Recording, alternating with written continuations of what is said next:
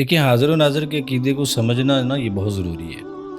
بعض لوگوں نے یہ سمجھ رکھا ہے کہ شاید حاضر و ناظر سے مراد یہ ہے کہ اب جیسے ہم بیٹھے ہیں جی جی تو نبی پاک علیہ الصلوۃ والسلام ابھی یہاں موجود ہیں، تو یہ ایسا عقیدہ اہل سنت و جماعت کا نہیں ہے۔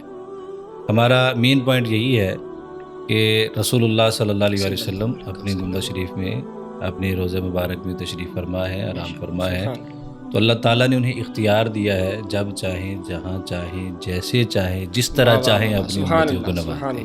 یہ ہے ہمارا عقیدہ حاضر و ناظر سے مراد۔ اور بعض لوگ یہ اس پر اعتراض کرتے ہیں کہ اگر آپ حاضر و ناظر کہتے ہیں تو یہ نظر کیوں نہیں آتے؟ تو یہ ایسی بات نہیں ہے کہ ہر چیز جو ہے وہ موجود اس کا نظر آنا ضروری ہو۔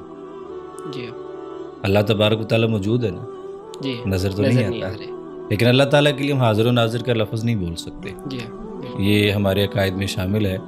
اور دوسرے نمبر پہ اگر ہم اس کو قرآنی نقطۂ نظر سے دیکھیں تو قرآن پاک میں اللہ تعالیٰ نے ارشاد فرمایا یا ایھا النبی انا ارسلناک شاہدا و مبشرا و نذیرا۔ امام عشق و محبت امام اعلیٰ حضرت امام محمد رضا خان فاضل بریلوی رحمۃ اللہ علیہ، آپ نے بڑا خوبصورت اس کا ترجمہ کیا کہ اے غیب کی خبریں دینے والے، ٹھیک ہے، یہ بھی انشاءاللہ آگے گفتگو ہوگی اس کے اوپر بھی۔ تو آپ نے یہ ترجمہ کیا تو وہاں پر جو لفظ شاہد کا ترجمہ کیا نا، آپ نے کیا ہے کہ حاضر ناظر۔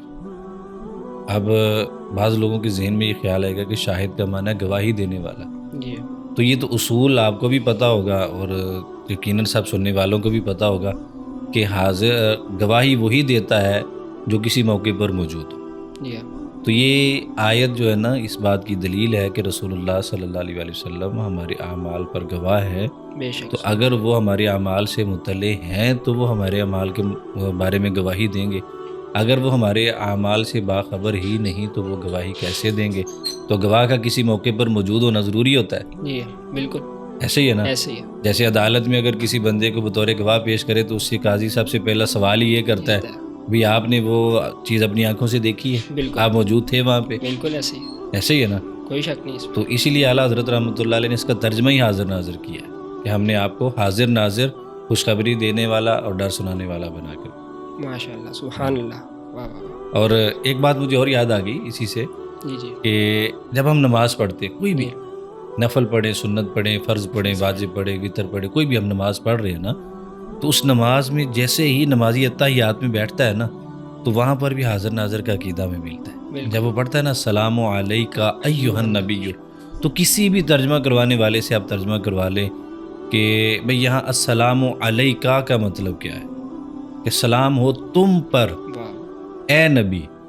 وہ جو تم مخاطب کیا جا رہا ہے وہ کس کو کیا جا رہا ہے؟ غائب کو نہیں۔ وہ کسی جو گرامر پڑھے وہ جانتے ہیں نا کہ یہاں پر جو کاف یہ ضمیر ہے نا، کا ضمیر، یہ حاضر کے لیے بولی جاتی ہے جو موجود ہو۔ تو نماز میں ہم جب یہ کہہ رہے ہیں جو اللہ تعالیٰ کی عبادت کر رہے ہیں تو اس نماز سے ہٹ کے ہمیں پھر یہ عقیدہ رکھنے میں کیا حرج ہے جی کہ ہم یہ عقیدہ نہ رکھیں ہمارے نبی حاضر ناظر ہیں؟ الحمدللہ حاضر ناظر ہے، ہمارے اعمال سے باخبر ہے، لیکن یہ نہیں کہنا کہ بھئی وہ ہر جگہ موجود ہے، ایسا نہیں ہے۔ حاضر ناظر ہیں، گنبد خضرا شریف میں تشریف فرما ہے، روضہ مبارک میں تشریف فرما ہے اور اپنی امتیوں کے اعمال سے باخبر۔ سبحان اللہ۔